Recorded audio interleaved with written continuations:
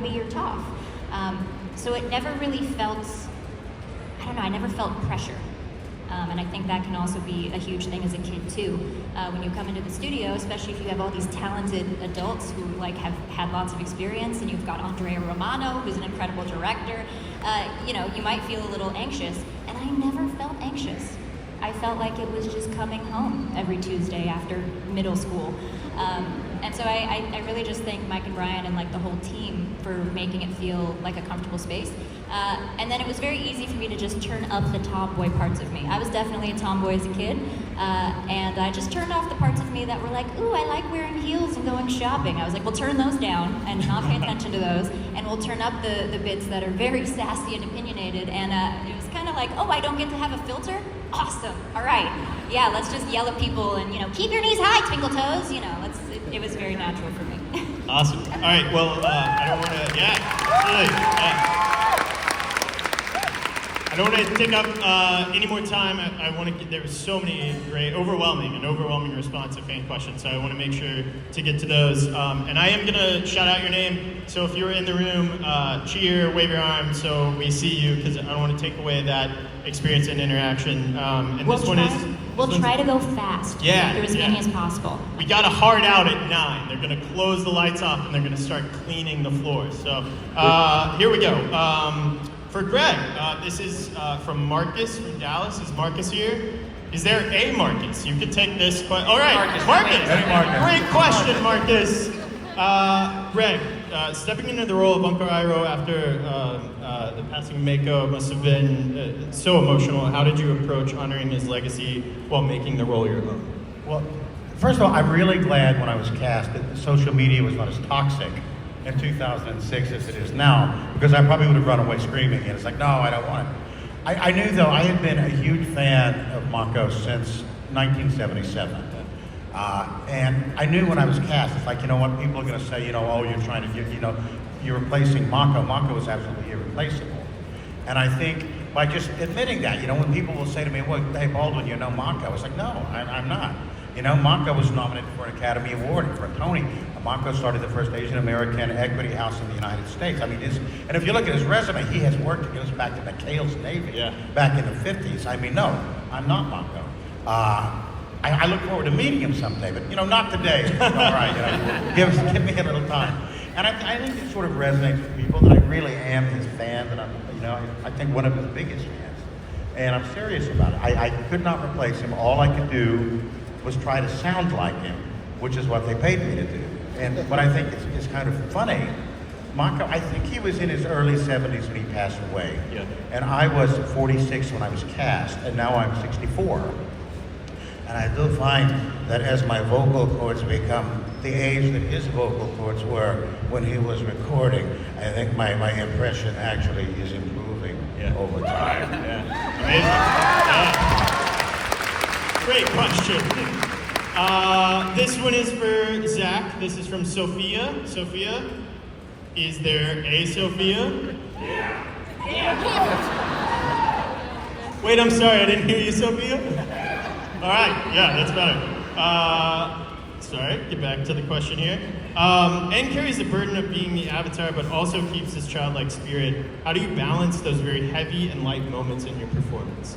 Yeah, I mean, that's like kind of the beauty of Aang as a character, and as Michaela was saying about the writing, it's a testament to the writing. It's really an actor's dream to have a character that has that much range, But I think that like so much of me was in the character. I was a silly, goofy kid just like Aang, but I could also keep it serious every now and again.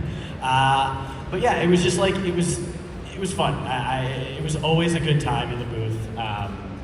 Had some really deep, heavy moments, but got to balance it out with the penguin sledding. And it's all about balance. It's all about balance. All about balance. Thank you, Sophia. This is a question for the whole group from Jordan from Frisco. Jordan, did anyone who submit a question actually show up to the panel? Jordan? Are you Jordan? Hey, Jordan. Thank you for coming. Thank you for your question. This is for all of you. How did you first get into voicing?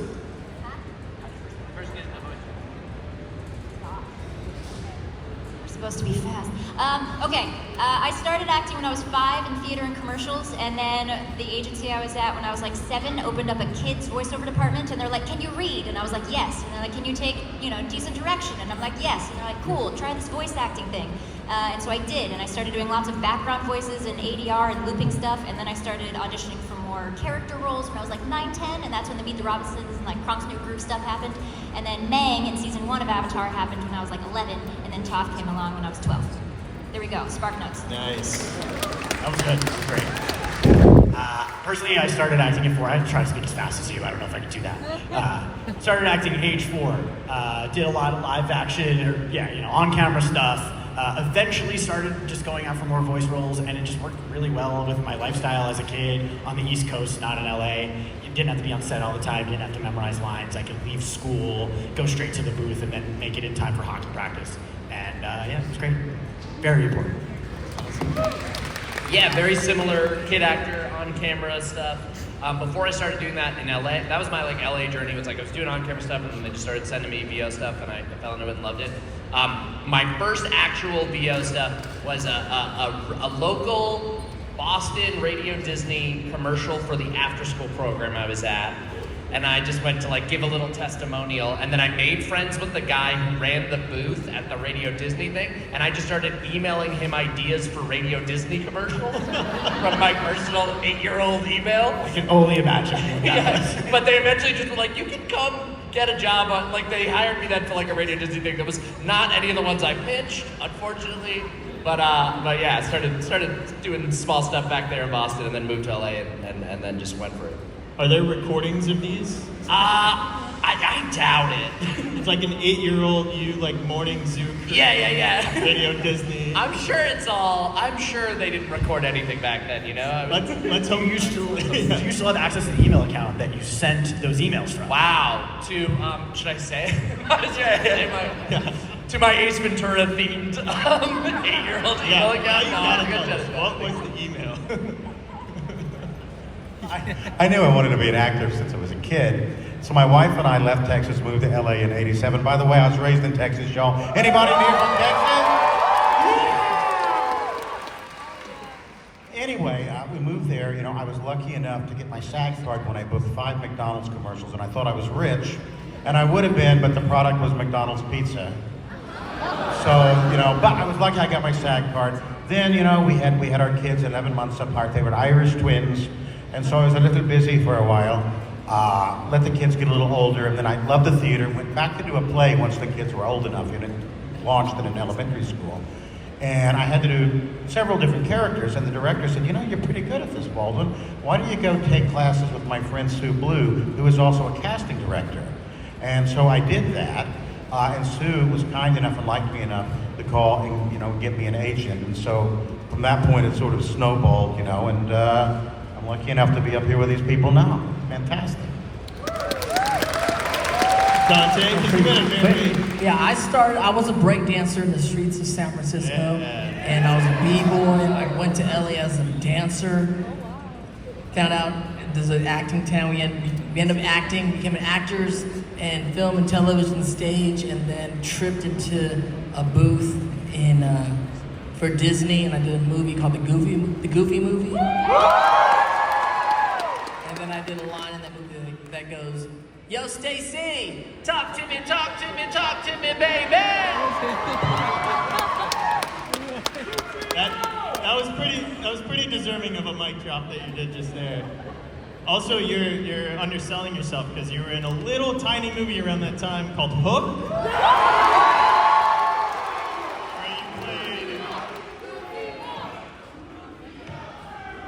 You can never get away from Rufy. All